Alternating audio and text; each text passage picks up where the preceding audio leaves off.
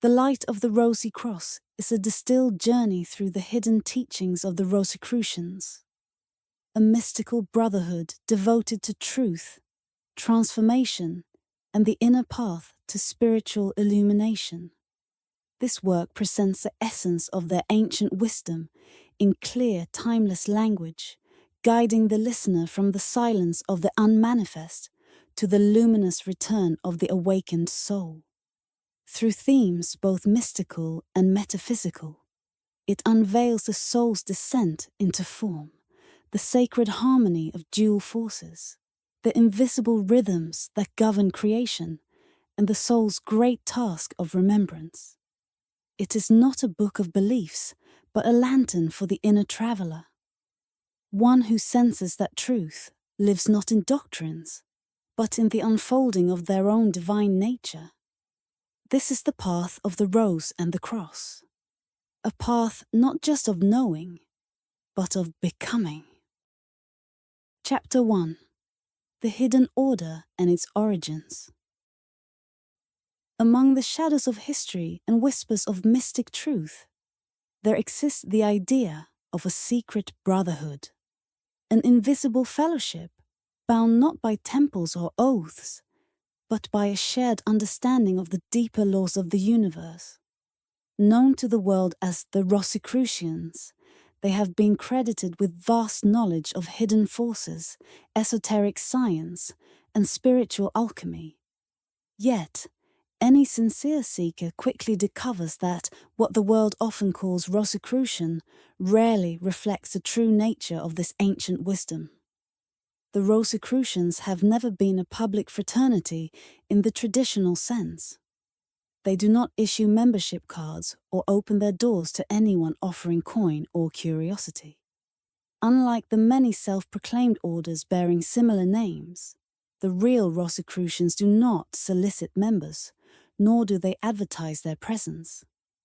Their brotherhood has no visible temple, no external hierarchy, no secret handshake known to outsiders. Instead, they are united by a quiet resonance, a mutual recognition rooted in shared study, self-mastery, and attunement to higher laws. Membership in this true order is never purchased. It is earned through inner development, by walking a path of discipline and deep inquiry. Admission is not granted by initiates seeking influence, but rather through the silent endorsement of those who themselves have undergone profound transformation. The Rosicrucians operate like a spiritual current running beneath the surface of civilization. Their names are rarely known, but their influence can be felt across history. Some have held positions of influence in science, politics, art, and religion, acting as hidden sparks within great movements of change and truth. The mythos surrounding the Rosicrucians is as layered as their doctrine. Stories abound of a German mystic named Christian Rosenkreuz, who was said to have traveled through Arabia, Persia, and India, gathering wisdom from Eastern adepts before returning to Europe to found the Brotherhood. This tale, though widely repeated, is not taken literally by the true students of the path. Instead, it serves as an allegory. It is a poetic symbol of how ancient knowledge from the East has been transmitted westward, encoded in metaphor and veiled language. Much of what is publicly associated with the Rosicrucians, rituals, symbols, and ceremonial societies, are reflections, sometimes distorted, of a deeper, wordless doctrine. This secret teaching is not contained in any one book, but rather passed from teacher to student across the centuries. It is not a set of dogmas, but a body of understanding built on the direct experience of higher realities. The adepts who preserve it are not magicians in the theatrical sense, but individuals who have seen beyond the veil of appearances into the rhythm and laws that animate the cosmos. The modern fascination with secret orders began to flourish around the early 17th century, when rumors of a mysterious society called the Brothers of the Rosy Cross began to spread throughout Europe. These whispers ignited both reverence and fear. Religious authorities denounced them as heretics, while others hailed them as guardians of a forgotten light. Many counterfeit orders emerged in their wake, each claiming to be the original. Yet none could trace an unbroken lineage back to the source. The true Rosicrucians remained hidden, content to let the counterfeit distract those who were not yet ready. To the uninitiated, this secrecy may seem elitist or unnecessary. But those who understand the nature of esoteric knowledge know that truth must be protected, not to withhold power, but to prevent misuse. The deeper laws of mental and spiritual force are as real and potent as any physical substance, and in the wrong hands, they can be twisted toward manipulation rather than illumination. Just as a child must learn fire's danger before handling a flame, so too must the seeker be tempered before receiving the higher keys. Throughout time, the true teachings of the Rosicrucians have been hidden in plain sight, wrapped in the symbolic languages of alchemy, mysticism, and sacred geometry. Their concepts have been smuggled into the metaphors of religious texts, embedded in the rituals of masonry, and disguised in the writings of poets and philosophers. The serious student, guided by intuition and discernment, begins to see the pattern, the golden thread that winds through the ages. This doctrine does not promise power or salvation in the ordinary sense. Instead, it offers knowledge. Knowledge of self, of nature, of spirit, and of the invisible architecture behind all things. It teaches that the universe is not random, but rhythmic, that all life is connected, that the seen is born from the unseen. It reveals that man, though finite in body, carries within him the spark of the infinite. The journey of the initiate is to awaken that spark, to align with the higher order of being, and to express it in thought, word, and deed. The Rosicrucian does not wear a badge. They do not proclaim themselves masters. If they are known at all, it is only by their works, their quiet influence, and the clarity of their thought. They appear where needed, serve without demand, and vanish when their task is complete. Some are artists, some are scientists, some are revolutionaries. Others remain completely unknown, but each is connected by a silent understanding, a light passed from heart to heart in a lineage older than any recorded history. The purpose of this work is not to expose these hidden brothers, nor to offer shortcuts to their ranks. It is to present the essence of their doctrine, distilled through centuries of transmission, so that the sincere seeker may walk the path themselves. For the doors of the true temple do not open outward. They open inward. And those who would enter must do so not by conquest, but by readiness. As the Rosicrucian axiom says, when the pupil is ready, the master appears. But readiness is not a matter of belief. It is a matter of transformation. The master does not appear with robes or ritual. He appears as a whisper in the soul, a truth recognized, a fire rekindled in the dark. This is the beginning of the doctrine. Not a dogma, not a creed, but a way of seeing, a way of being, and a call to awaken to that which has always been. Chapter 2. The Nature of the Secret Doctrine. The truth that the Rosicrucians have guarded for centuries is not a doctrine in the way most people imagine. It is not a fixed belief system or a set of rules carved in stone. Instead, it is a body of evolving, living knowledge, passed down not through institutions, but through experience, intuition, and silent transmission from one awakened soul to another. it is called secret, not because it is forbidden, but because it is hidden in plain sight, visible only to those who have developed the inner vision to recognize it. This doctrine is the thread that runs through the ancient wisdom traditions of the world. Traces of it can be found in the cryptic writings of alchemists, in the sacred geometries of the East, in the veiled symbols of astrology, and in the deeper teachings of religions both ancient and modern. The Rosicrucian does not claim to own this wisdom. They merely serve as caretakers, preservers of the flame that has burned through many ages and cultures. The roots of this teaching extend far beyond the known history of the West. Its language and symbols may have been reshaped across civilizations, but its essence remains the same. It echoes through the mysteries of Egypt, the sacred science of Chaldea, the philosophy of ancient Greece, and the spiritual lineages of India and Tibet. The doctrine's origin is often linked in symbolic language to a lost continent, Atlantis, a civilization said to have mastered spiritual science before being scattered by cataclysm. The survivors, according to tradition, carried fragments of the old teachings to various corners of the world. These fragments were preserved by those capable of grasping their meaning: sages, initiates, and mystics. Over time, Rosicrucians gathered these scattered sparks into a unified fire of knowledge, forging a path of spiritual transformation that honored both the intuitive and intellectual nature of the human soul. This is the hidden tradition, the perennial philosophy, eternal and changeless in its core, yet always clothed in the language of its time.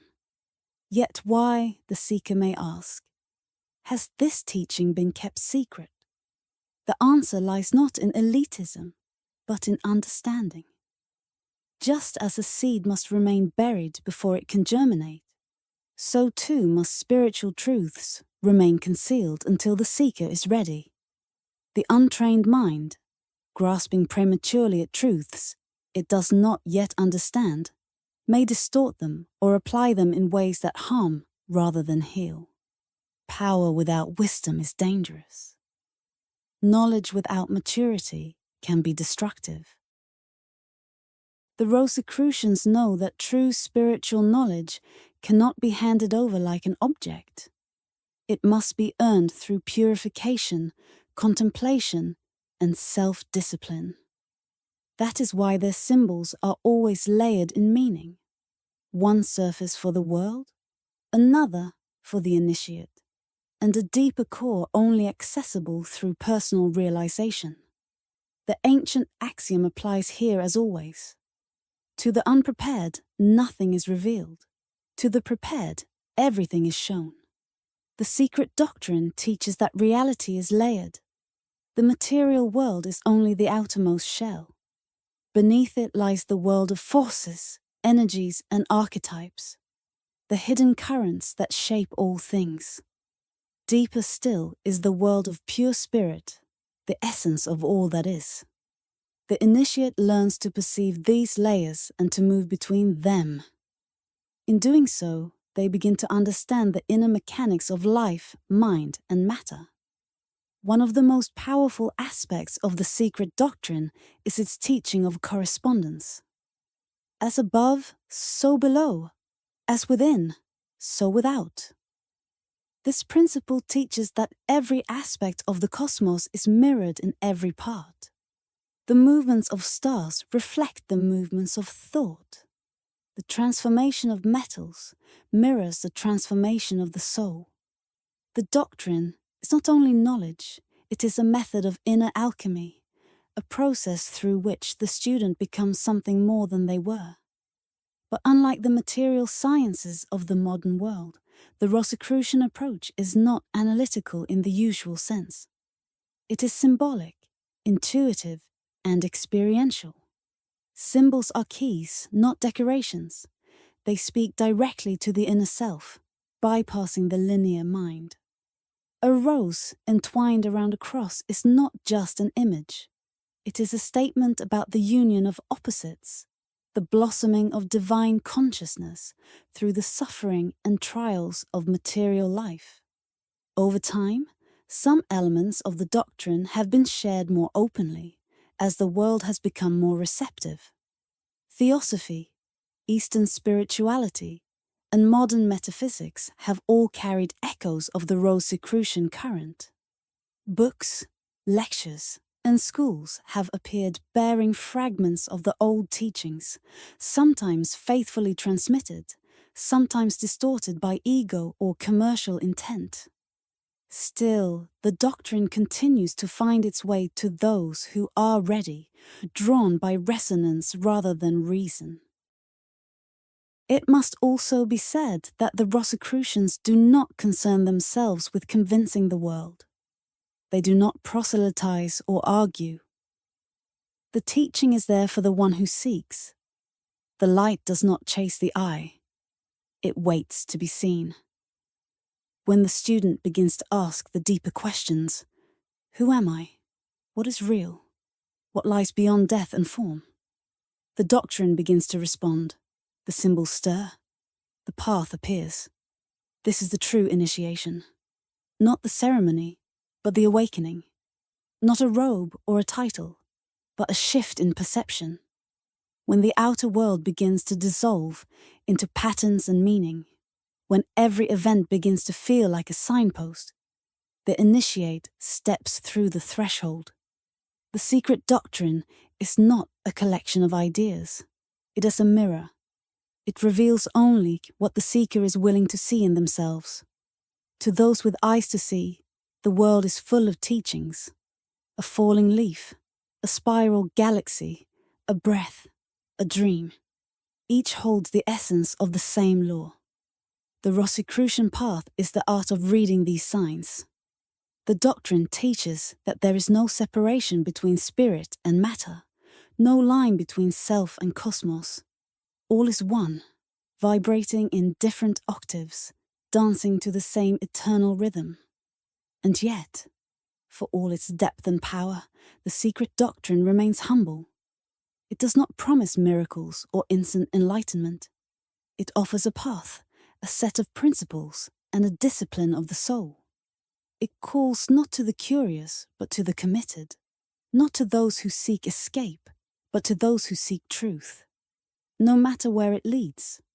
For in the end, the Rosicrucian knows that truth is not something we find. It is something we become. And the secret doctrine is not a secret at all to the one who has become it. Chapter 3. The Eternal Parent. Before anything moved or was born, before light dawned or time began, there was only the Eternal Parent. The Rosicrucians describe this mystery not as a god with a face or voice, but as the infinite unmanifest.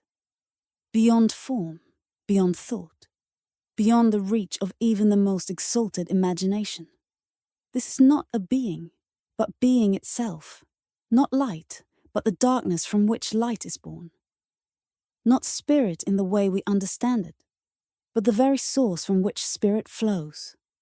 To express this infinite mystery, the Rosicrucians use a simple but profound symbol, an empty circle. It is a perfect image because it has no beginning, no end, no corners. It represents something that contains everything and nothing at once. And yet even this symbol is limited, for no shape can contain the infinite. Still, the circle is the best the mind can grasp. Endless space, without boundary or condition. The eternal parent is not a creator in the traditional sense. There is no hand reaching out of the void, no voice commanding matter into motion. Rather, the universe emerges from the parent as a dream emerges from the dreamer. In the state known as the cosmic night, all things rest within this source, undifferentiated, unformed, timeless. There is no light, for light implies contrast. No time, for time implies change. No things, for things imply boundaries. There is only silent, perfect potential. This is the condition described in the first aphorism of creation, a key foundation of Rosicrucian philosophy. It tells us that the eternal parent was wrapped in a sleep, not a sleep of forgetfulness, but a sleep of pure being. No polarity, no action, no motion. The flame of spirit had not yet been rekindled. This is the state before manifestation, before duality, before the drama of existence begins to unfold. It is difficult, perhaps impossible, for the mind to grasp this state. We live in a world of form, of separation, of names and numbers. We are trained to think in terms of time and course. But the eternal parent is beyond all of that. It is courseless, for nothing stands outside it to cause it. It is changeless, for change implies movement from one state to another, and this source is always itself. It is indivisible, for it has no parts. It is infinite, because there is nothing else. This infinite essence cannot be seen, but it is not hidden. It cannot be named, but it is not silent.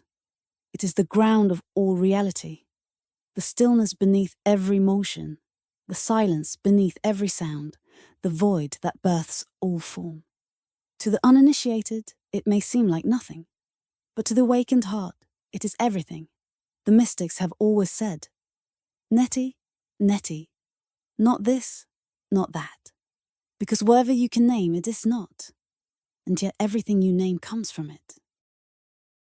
Some have tried to describe this source as spirit, but the Rosicrucians go deeper.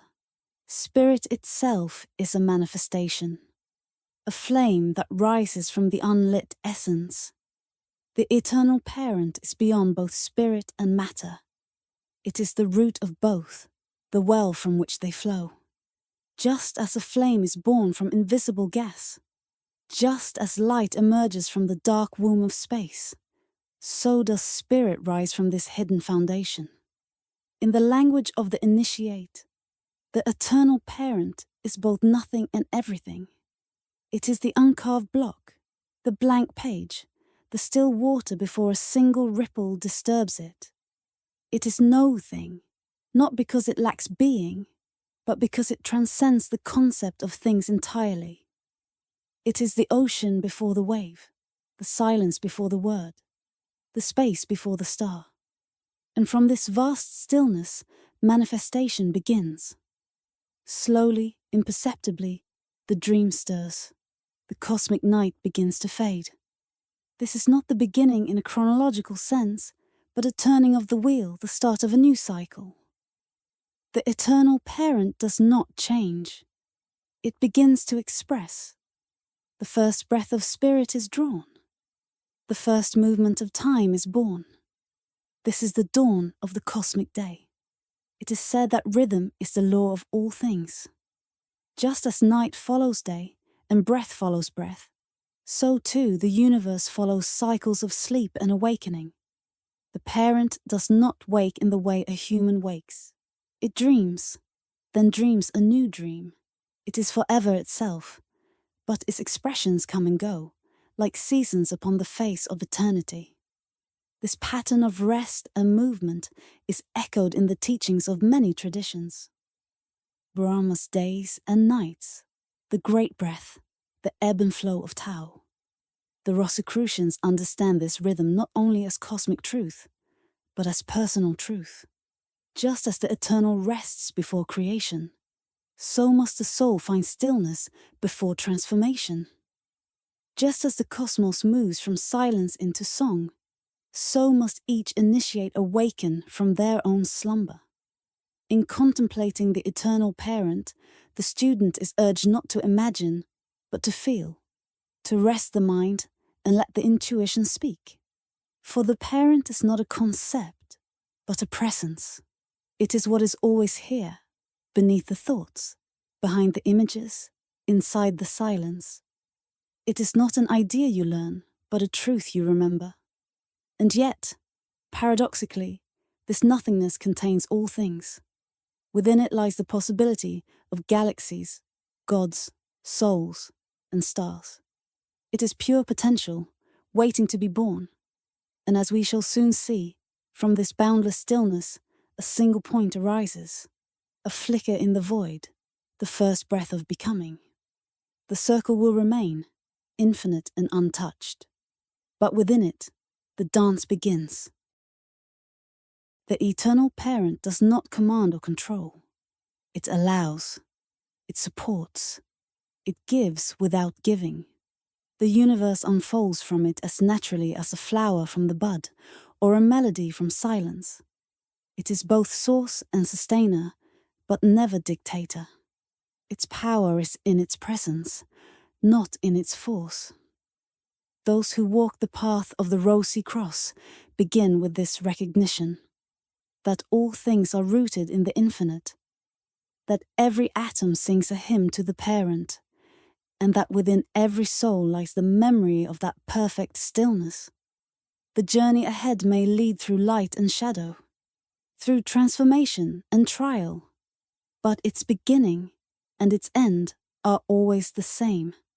The eternal parent, the source without shape, the flame before fire, the silence before sound, the one from which all things rise and to which all things return. Chapter 4. The Birth of the World Soul. From the infinite stillness of the eternal parent, the first motion stirs. Like a breath drawn after long sleep, the cosmic dream begins again. This is the moment of emergence, the rekindling of the flame, the stirring of time, the awakening of the universe from the silence of the void. In Rosicrucian tradition, this is described as the germ awakening within the cosmic egg. The infinite does not become finite, but it manifests a seed within itself, a spark of becoming within the sea of being.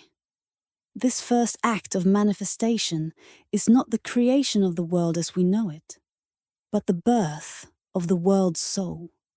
It is the first expression of the infinite in form, subtle and vast, like a breath that fills the unseen. The Rosicrucians symbolized this with a circle containing a single black dot in the center. The circle remains the symbol of the unmanifest, the infinite parent. But now it holds a point of focus. That point is the world soul, the firstborn of eternity. The world soul is not God in the personal sense, nor is it the entirety of creation. It is the first bridge between the infinite and the finite.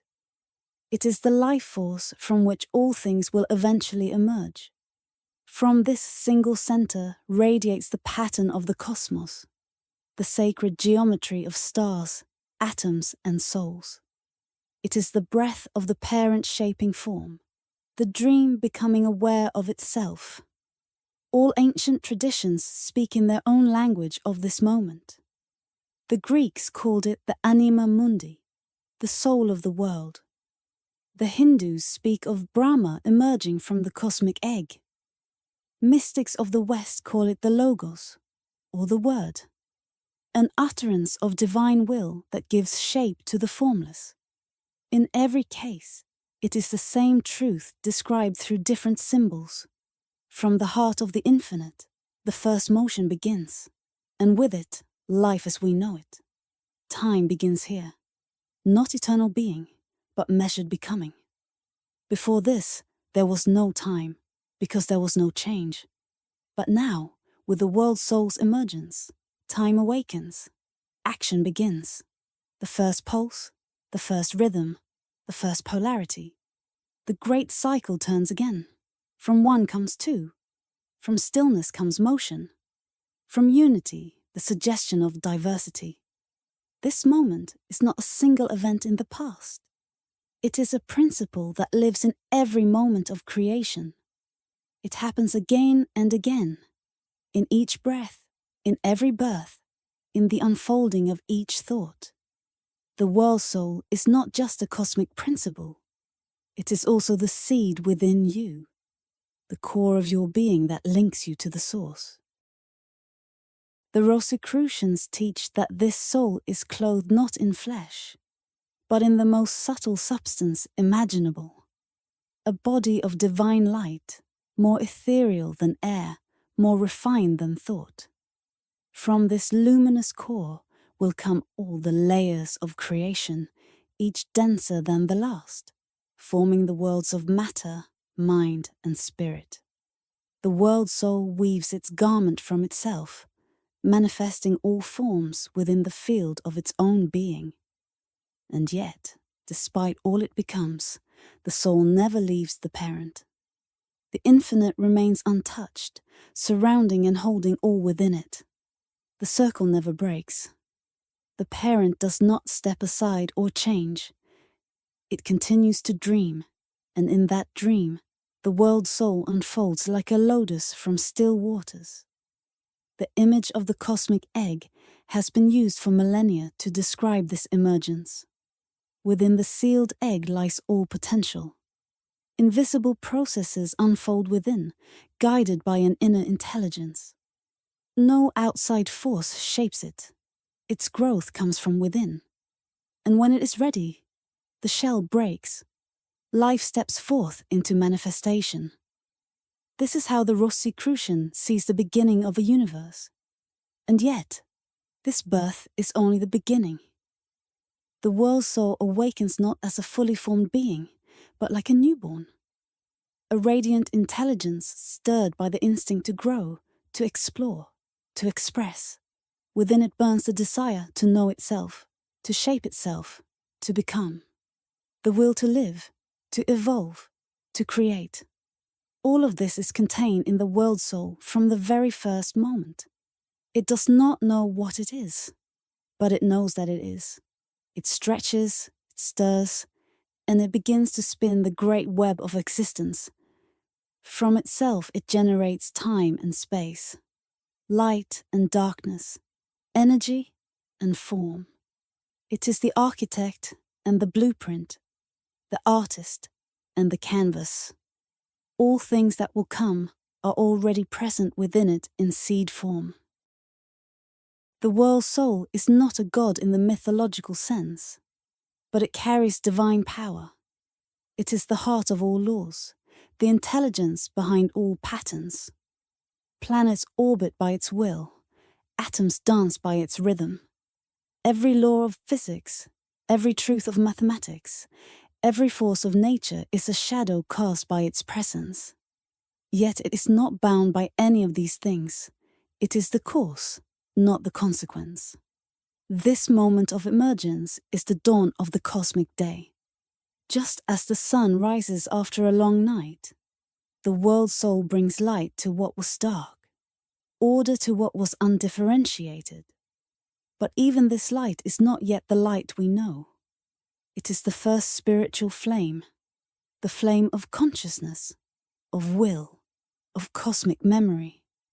The ancient Rosicrucians saw this moment as sacred beyond words. It was the breath of God, the first chord in the great symphony of creation. And within this chord are contained all the melodies to come. The soul breathes out stars, spins galaxies into form, and begins the slow, sacred work of becoming many. And so, the mystery begins again. The one gives birth to the reflection of itself. Not separate, but distinct. Not divided, but expressed. The flame is lit, the dream stirs, and the world soul, radiant and infinite, steps forth into the mystery of time. Chapter 5. Universal Androgyny and Creative Polarity. As the world soul awakens, the first great division occurs. Not a separation, but a polarization. From the original unity, duality emerges. This is not conflict, but balance. It is the sacred dance of opposites, the two-in-one that becomes the root of all creation. The Rosicrucians describe this moment with reverence. The one becomes two. The neuter becomes male and female. This is the beginning of generation, the first spark of creative tension that will give birth to the infinite variety of the cosmos. This polarity is not limited to gender in the human sense. It is a cosmic principle. Male and female are symbols of forces, not forms. One is active, the other receptive. One projects, the other receives. Together, they create. The Rosicrucians call this union the universal androgyny, the divine being that contains within itself both principles, perfectly balanced, perfectly one. To symbolize this union, the tradition often refers to ancient sacred imagery, the cross and the circle. The cross, pointing in 4 directions, represents the masculine principle, active, directive, dynamic. The circle, endless and enclosing, is the feminine principle, receptive, nurturing, infinite. When the cross is placed within the circle, a profound mystery is revealed. It is not merely geometry, it is the map of creation. The ancients knew this secret. In the temples of Egypt, the androgynous gods bore both male and female features. In the teachings of the East, the balance of yin and yang governs all movement and rest. Even the earliest mystical traditions speak of the great hermaphrodite, the being that is both and neither, beyond division, yet capable of all division. This is not mythology. It is metaphysics expressed through symbol. Within the world soul, this dual principle awakens. No longer a simple unity, the soul begins to express through tension. The spark seeks a field. The fire seeks a fuel. The river seeks a sea. Everywhere, opposites arise. Not to oppose, but to complete each other. This interplay of masculine and feminine is the engine of the universe. All generation, transformation, and motion depend upon it. And so begins the work of creation, not through command or violence, but through attraction and union.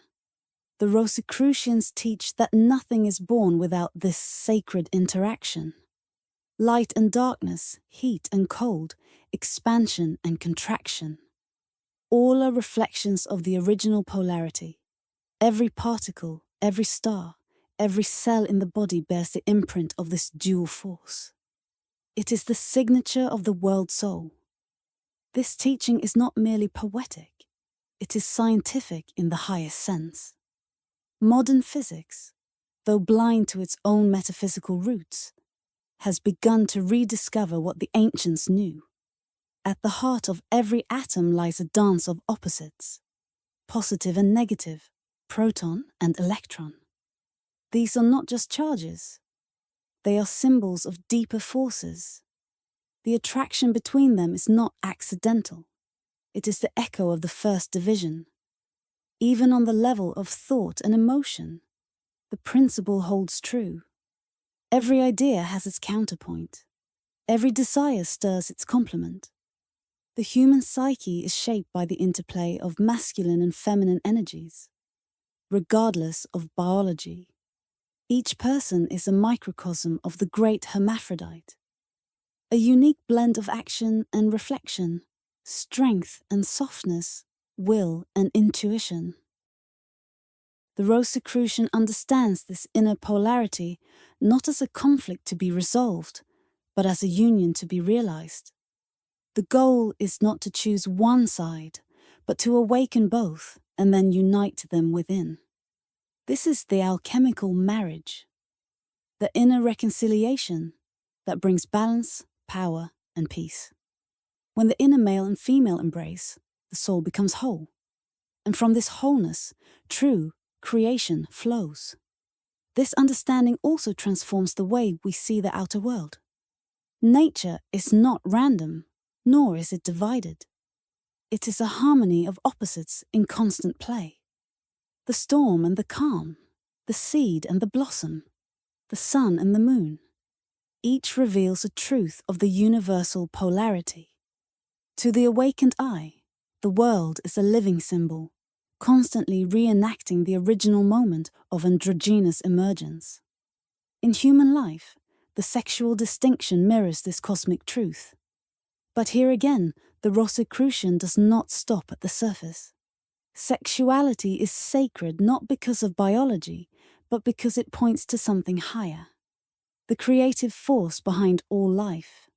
The drive to unite, to express, to bring forth, is the same energy that fuels the stars. Properly understood, it is the energy of divinity expressing itself in form. When degraded or misunderstood, this energy can become chaotic or destructive. But when respected, purified, and spiritualized, it becomes the fuel for the highest inner transformation. This is the secret behind the ancient mystery schools' teachings on the sacred marriage. The union of the soul's masculine and feminine aspects as the gateway to illumination. The Rosicrucian does not shun desire or passion, but seeks to transmute them. The creative impulse is not to be denied. It is to be lifted, refined, and focused towards spiritual becoming. This is the path of mental and spiritual alchemy, in which the base elements of our nature are turned into gold. The sacred fire, when harnessed, becomes the light of the inner sun. And so the world soul, now polarized into two, begins the true work of generation. It projects and receives. It sends out and calls back. It dances with itself, and from this dance, the multitude of forms begins. Mountains rise, oceans churn, suns blaze, beings awaken, and each of them, in its own way, carries a dual imprint, the signature of the divine polarity. The universe, in this light, is not a static thing but a living organism. It breathes, it yearns, it unfolds, and its every movement is a rhythm between two poles. Life is not a line. It is a pulse, a vibration, a spiral. Each cycle is a new expression of the original androgynous force, seeking balance and rebirth. In the mysteries of the Rosy Cross, this truth is hidden within the symbol itself. The rose is the unfolding of life, the blossoming of the feminine principle. The cross is the structure, the strength, the masculine axis upon which the rose turns. Together, they form a single emblem, beauty and strength, love and power in eternal harmony. To see this symbol is one thing, to live it is another. The Rosicrucian path is not to worship symbols, but to become what they represent. The initiate becomes the union. Within their own heart, they resolve the ancient tension. They do not deny the world, they bring balance to it. They do not flee desire. They purify and master it. In doing so, they become creators, not imitators. Beings of harmony, rooted in the original unity from which all things arise. This is the mystery of the two-in-one. Not a doctrine, but a realization. Not a myth, but a mirror. The universe is not divided, it is dancing. And when you see that dance, not only around you but within you, then the rose and the cross will bloom in your soul. Chapter 6. Unity in Multiplicity. The one as the many. From the sacred union of polarity, the work of generation proceeds. What was once one, then two, now becomes many. Diversity blossoms, forms arise, and the world soul begins its great task of manifesting the cosmos. But though the forms are countless, their origin is singular. This is the next revelation in the Rosicrucian doctrine. The one expresses itself as the many, yet remains unchanged. Multiplicity is not a departure from unity. It is its fulfillment. The world soul, infused with both the masculine and feminine principles, begins to unfold itself in an infinite series of expressions. Stars are born, particles swirl into atoms, energy coalesces into matter. Consciousness divides itself into billions of minds, yet within each movement, the imprint of the one remains. All diversity is a play of form. Essence is undivided. To describe this mystery, the Rosicrucians use a beautiful symbol, a large circle enclosing a smaller circle, which contains countless tiny points. The outer circle remains the eternal parent, boundless and unmanifest. The inner circle is the world soul, the field of manifestation.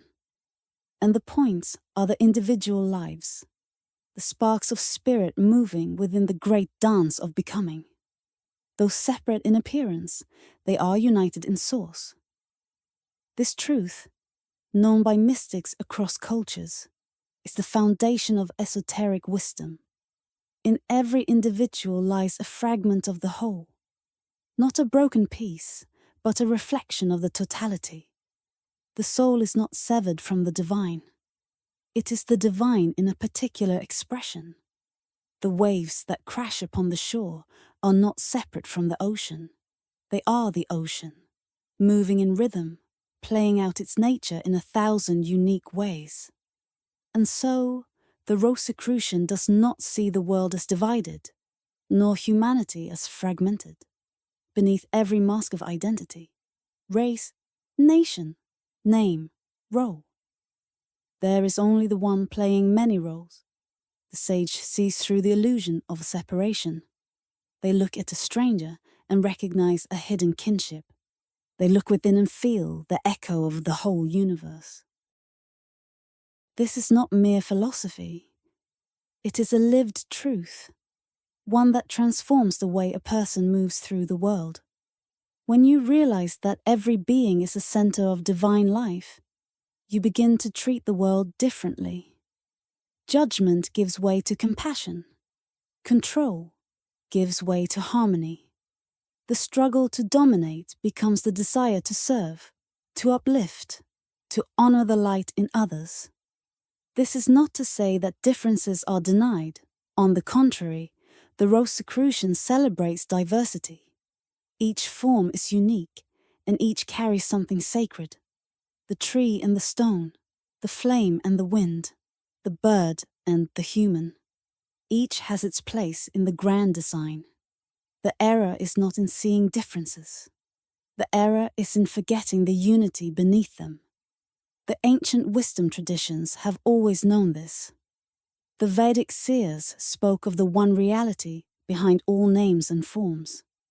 The Greek philosophers taught that all multiplicity flows from the monad, the indivisible source. The Christian mystics saw Christ as the Logos through whom all things are made. The Rosicrucian tradition weaves these truths together, showing how the one radiates through every level of being. And so, the many begins to evolve. Creation expands in complexity, but never loses its connection to the source. Every stage of development, every level of consciousness, every kingdom of nature is part of the same unfolding. Mineral becomes plant, plant becomes animal, animal becomes human, and beyond the human, higher forms await. Evolution is not only physical, it is spiritual. It is the slow remembrance of the one within the many. But this remembrance must be conscious. While all beings are expressions of the world soul, not all are aware of their origin. The human soul, poised between spirit and matter, is given the gift and burden of self-awareness. It can choose to remember or forget. It can live as if separate, or awaken to its unity. The path of initiation is the path of remembrance. The Rosicrucian path teaches that this awakening does not require rejection of the world. The world is not a distraction. It is the field of play, the mirror in which the soul sees itself. Through the challenges of life, the opposites of experience, the soul grows in awareness. It learns through contrast. It suffers, rejoices, loves, and loses. And through it all, a deeper thread begins to shine. The realization that behind every joy and pain, every success and failure, is the unfolding of the one. To awaken is not to escape the world, but to see it clearly. To know that behind every separate thing is a unified field of being. The initiate begins to feel this in daily life. A flower opens, and it is the universe blooming. A stranger smiles, and it is the soul meeting itself. A breath is taken, and it is the rhythm of the whole moving through the individual. This is the mystery of the one in the many. Not an abstract idea, but a direct perception. When you know it, everything becomes sacred. Nothing is ordinary. Each moment becomes an opportunity for connection, for reverence, for creative expression. And in this awareness, the Rosicrucian begins to live the higher life. Not withdrawn, but deeply engaged, moving through the world as a conscious agent of unity. The world may appear chaotic. Differences may lead to conflict. But the initiate does not lose sight of the truth. Beneath the noise, the pattern remains. Beneath the storm, the stillness endures. Every division, every duality is held in the arms of the one. Even those who have forgotten are still part of the whole. This understanding gives the Rosicrucian a deep peace. There is nothing truly lost. There is nothing outside the divine embrace. Even the darkest moment carries the seed of light. Even the furthest wanderer is still held within the cosmic heart. And so, with this awareness, the journey continues. The one has become the many, but not to fragment. It has done so to explore itself, to express its infinite creativity, and to rediscover itself in every form. The Rosicrucian, walking the path of return, carries this truth like a flame in the darkness, illuminating the sacredness of all things. In the end, the many will remember the one, and in that remembrance the world will be healed. Chapter 7. The Law of Vibration and Mental Alchemy. The deeper one travels into the mysteries of the Rosicrucian path, the more apparent it becomes that the universe is not built from static matter, but from movement. At the heart of all form lies rhythm, and at the root of all rhythm lies vibration. The Rosicrucians teach that vibration is the fundamental law by which the cosmos operates. Everything moves, nothing rests. From the atoms in the densest stone to the subtlest thought in the mind of God, all is vibration. This is more than science. It is sacred. The initiate understands vibration not merely as mechanical motion, but as a language of spirit. Every vibration carries a frequency, and every frequency has a tone, a quality, a mood. Creation itself is a great symphony of vibrations, with each layer of being vibrating at its own pitch, forming the vast spectrum of existence. The densest realms vibrate slowly. These are the realms of physical, matter, form, and solidity. As vibration increases, one moves into the world of energies. Light, sound, electricity. Higher still are the realms of mind, thought, and emotion. Beyond even that, the spiritual planes hum with an intensity beyond comprehension. And yet, despite their difference in frequency, all these planes are connected. They are not separate worlds, but layers of the same reality, expressions of the same law. The Rosicrucian learns to work with vibration, not simply as an observer, but as a participant. This is the art of mental alchemy. Just as ancient alchemists sought to transform lead into gold, the mental alchemist seeks to transmute base thoughts and emotions into elevated ones. They learn that by altering the vibration of their own consciousness, they can reshape their experience of the world. Every thought is a vibration. Every emotion is a ripple in the subtle substance of the soul. Fear has its frequency, and so does love. Anger resonates at one pitch, compassion at another. The Rosicrucian does not judge these states as good or bad, but understands them as notes on a scale. Each has its place, but the task is to rise, consciously, steadily, toward higher harmonies. To do this, the student must become aware of their own inner states. They must observe the thoughts that pass through their mind, the emotions that move through their body, and the subtle energies that fill their aura. With attention comes power. The untrained mind is like an instrument played by chaos. Unfocused, reactive, easily pulled by external conditions. But the trained mind becomes an instrument of intention, a tool for shaping reality. The law of vibration is also the key to understanding attraction. Like attracts like. Thoughts and emotions of a certain frequency will attract corresponding experiences. This is not superstition, it is the law in motion. A person who constantly vibrates with fear will tend to draw fearful conditions into their life. A soul that radiates peace and confidence will find peace reflected back in the world. The outer is always an echo of the inner.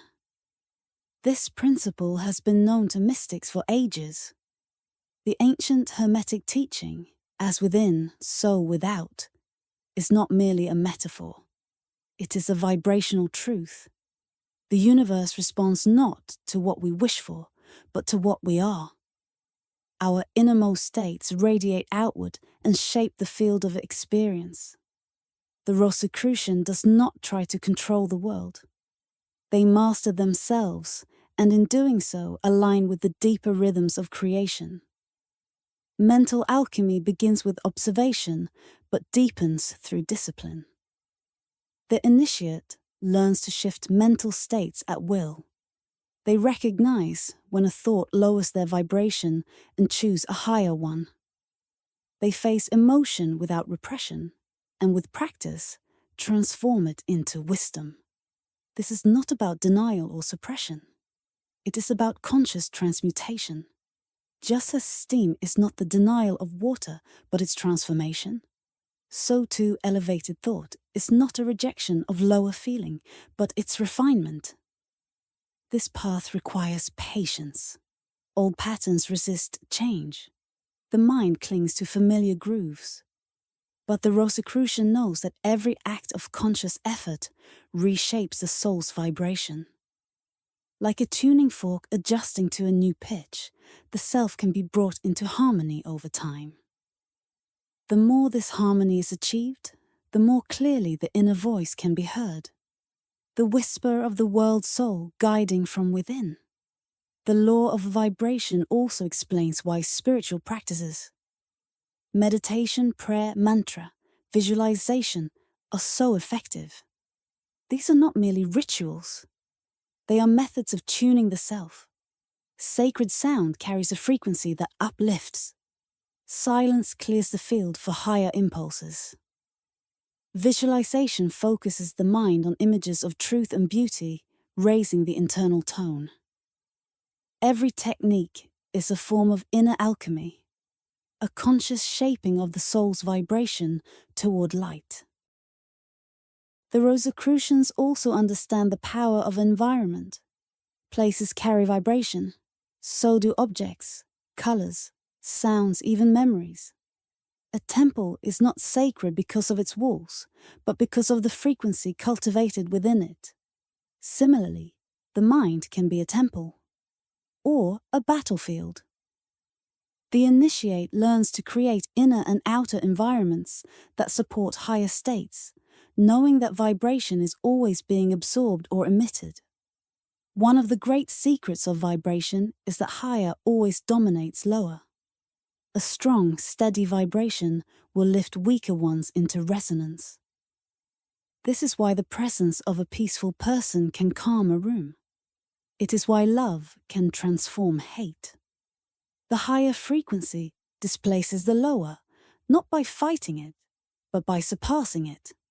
This is the secret power of the Rosicrucian: to uplift without force, to influence without imposition. The most advanced initiates become radiant centers of harmony. Their very presence becomes a silent teaching. Without words, they elevate others. Without command, they inspire.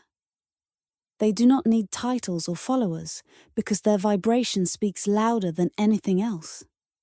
They have become alchemists of the soul, tuning themselves to the keynote of the cosmos, and in doing so, they awaken that same tone in others.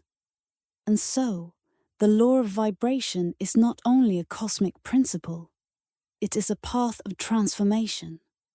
The initiate walks it not by studying theories, but by living them. Each thought is a choice. Each emotion is a lesson. Each moment is a chance to vibrate closer to the divine. When you master your inner vibration, you become a co-creator with the universe. You no longer merely react. You radiate. You no longer seek peace. You become it. You no longer chase wisdom. You live it. And in that vibration, the Rosy Cross within begins to shine, not as a symbol, but as your very being. Chapter 8. The Universal Correspondences. The Rosicrucians teach that the key to understanding the universe lies not in dissecting its parts, but in recognizing its patterns. Everything in existence is connected through a vast network of correspondences. Echoes of the same truth vibrating through different planes of being. This principle is known to the wise as the law of correspondence. As above, so below. As within, so without.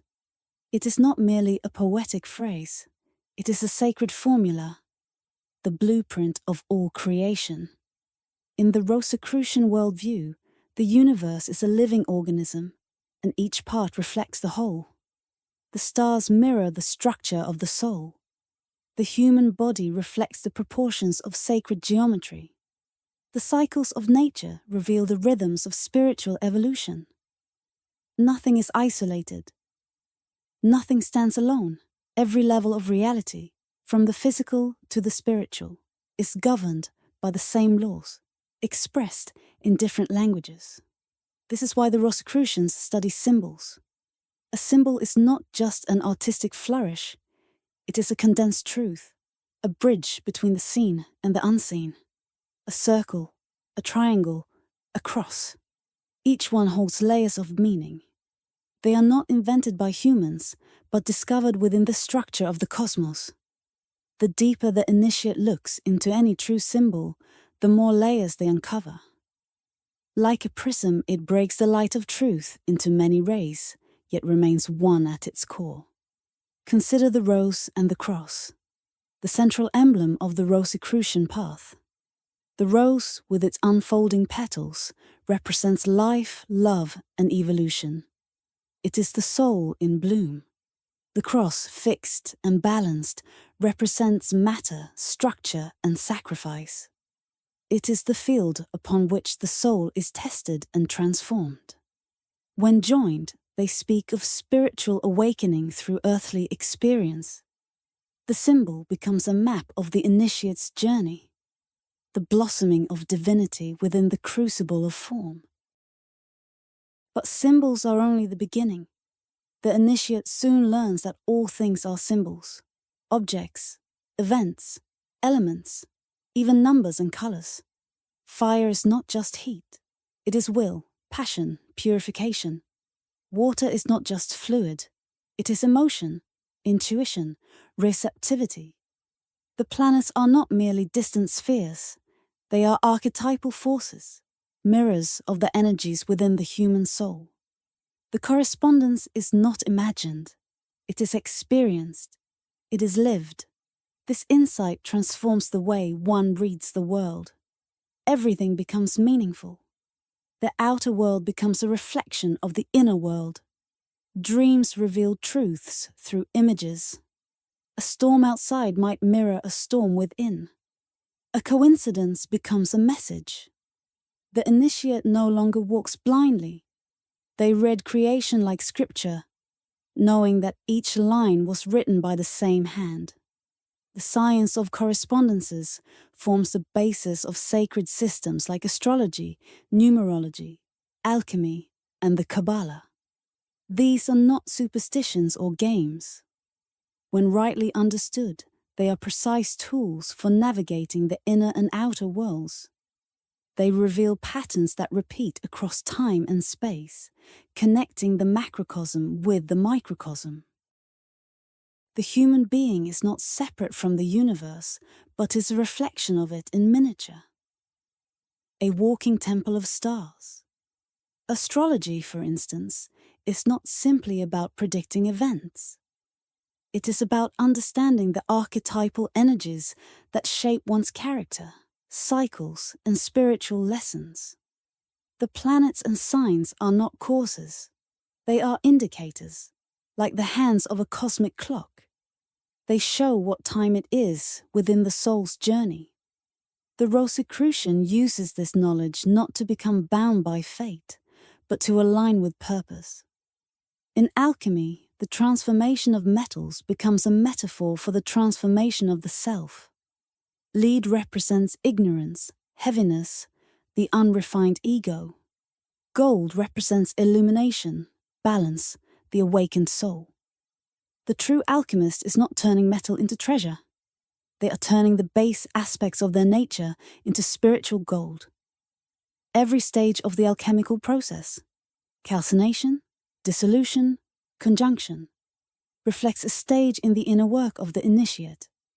In the Kabbalah, the tree of life maps the structure of the cosmos and the human psyche simultaneously.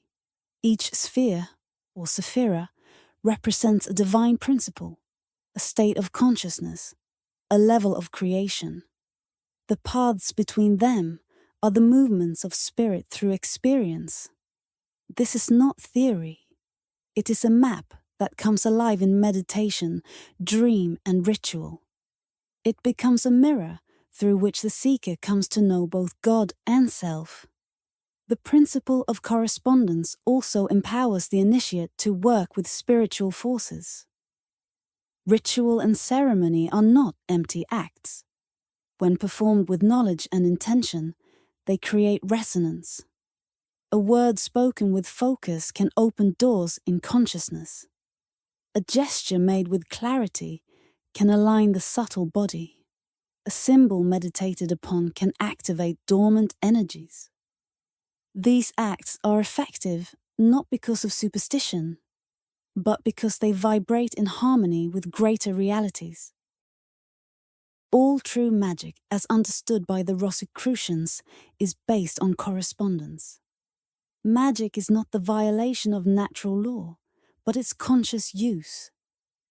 It is the art of working with the fabric of reality through the right application of symbols, sounds, and images.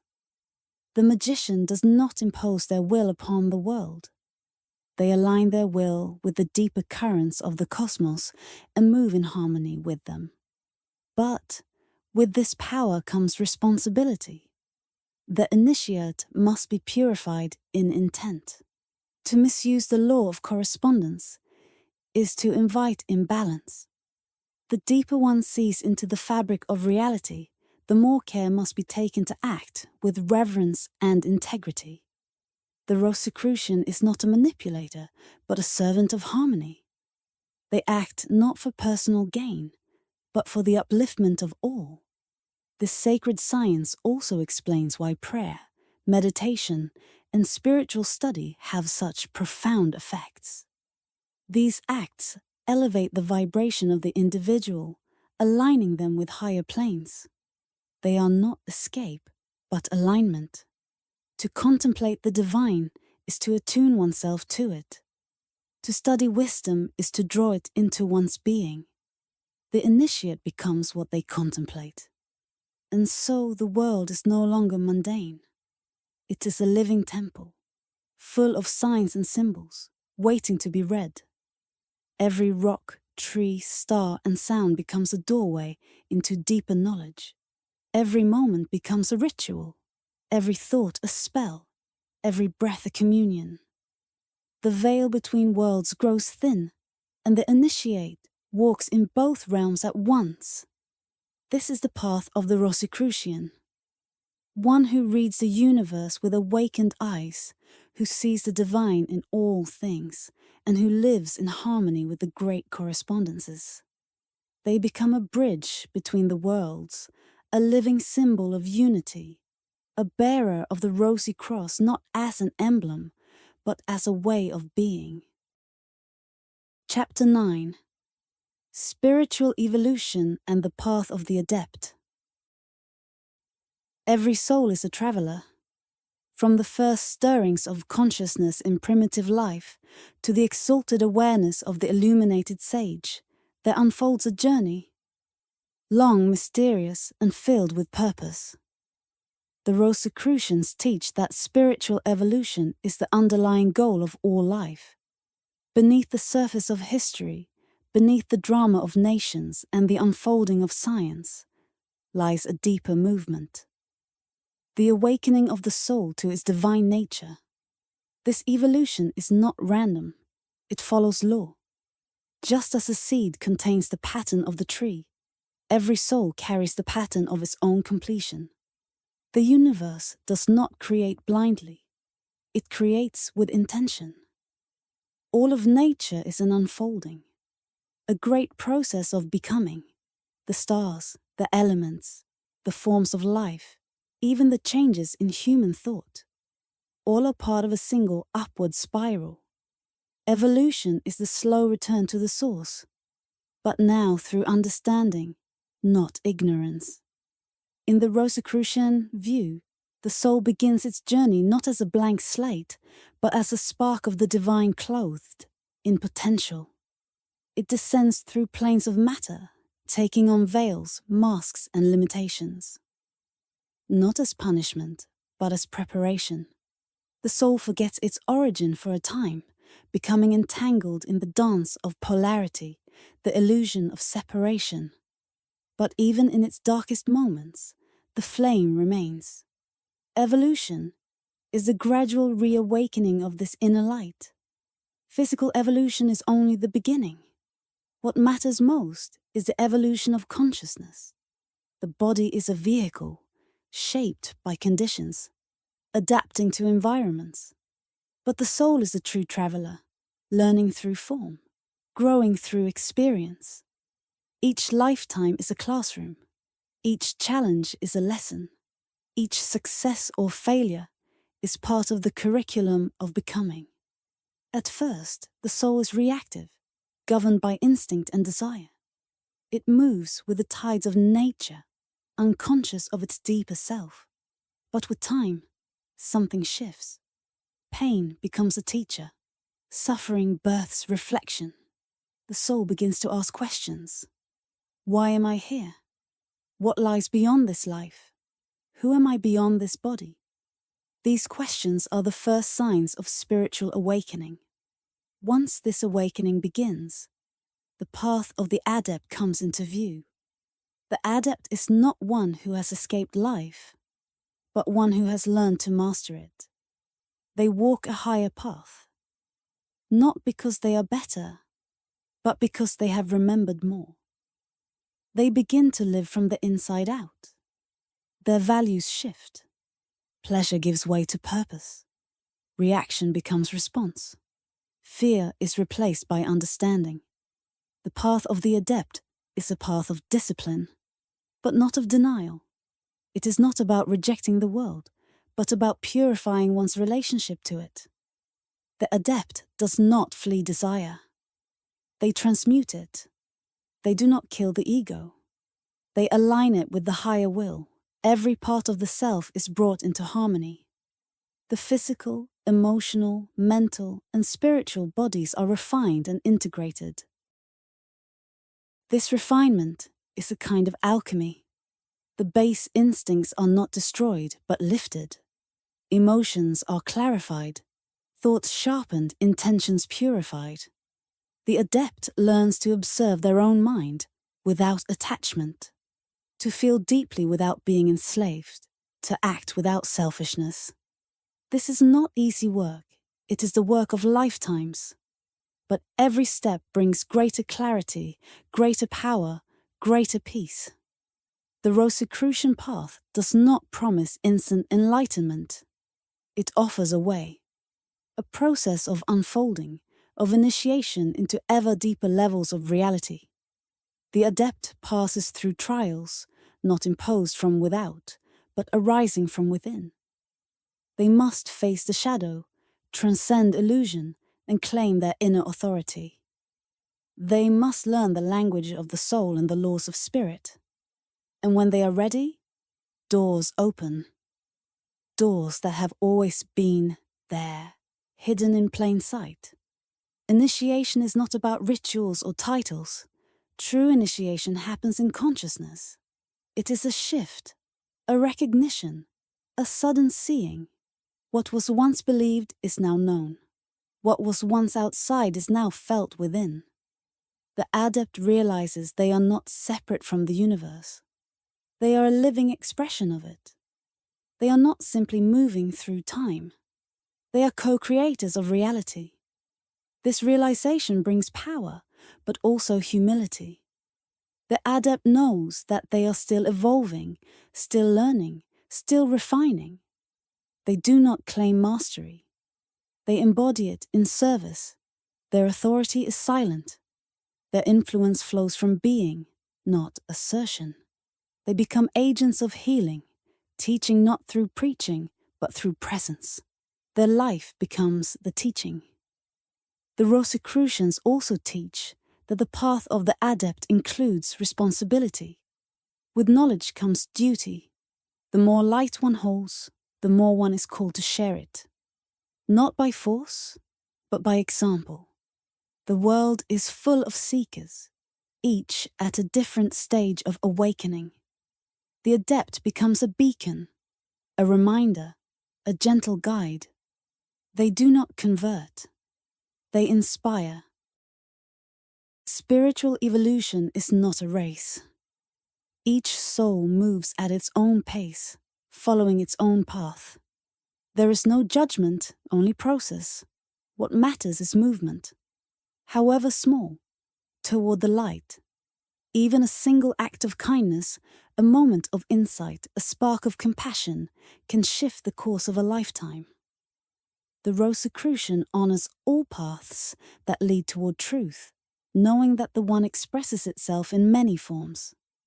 And so the soul climbs, slowly and surely, from ignorance to wisdom, from fear to love, from separation to union.